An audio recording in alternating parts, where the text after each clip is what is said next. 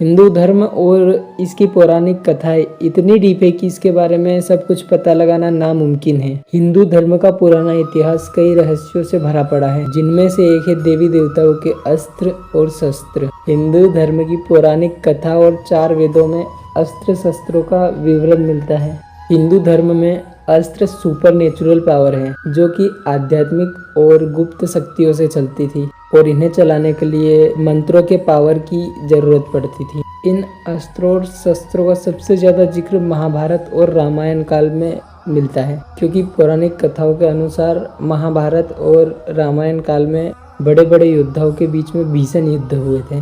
रामायण काल में विष्णु देव के अवतार स्वयं प्रभु श्री राम और राक्षस राज रावण आमने सामने थे। इनके बीच करीब 33 दिनों तक युद्ध हुआ, जिसमें एक से बढ़कर एक अस्त्रों और शस्त्रों का उपयोग हुआ था। भारत के इतिहास के सबसे भयंकर अगर युद्ध की बात करें तो ये युद्ध एक ही परिवार के सदस्यों में छिड़ा था और ये महाभारत का युद्ध 18 दिनों तक चला था। इस युद्ध में पांडवों की तरफ से विष्णु देव के अवतार भगवान श्री कृष्ण थे और एक तरफ कौरवों के पास भगवान श्री कृष्ण की नारायणी सेना थी। हालांकि इस युद्ध में भगवान श्री कृष्ण ने खुद कोई अस्त्र नहीं उठाया था, लेकिन वो हर पल पांडवों के साथ में थे। लेकिन जब ये महाभारत का युद्ध खत्म हुआ, आखिर में कुछ भी नहीं बचा था।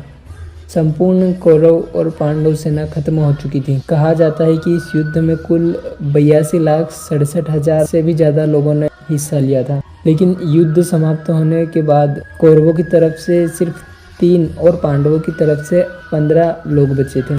इस युद्ध के खत्म होने के बाद कुल मिलाकर सिर्फ 18 लोग जिंदा बचे थे। इस बात से आप लोग अंदाजा लगा सकते हैं कि ये अस्त्र और शस्त्र कितने शक्तिशाली होंगे। कई लोग अस्त्र और शस्त्र को एक ही समझ बैठते हैं, लेकिन ऐसा नहीं है। अस्त्र वो होते हैं जो देवताओं की शक्तियों से बनाए जाते हैं। पुराने समय में गुरु अपने शिष्यों को इन मंत्रों का ज्ञान देते थे। कुछ अस्त्र ऐसे थे जिन्हें देवताओं की पूजा कर उन्हें प्रसन्न करके प्राप्त किए जाते थे। कभी भी और किसी पर भी इन अस्त्रों शस्त्रों का इस्तेमाल नहीं किया जा सकता था।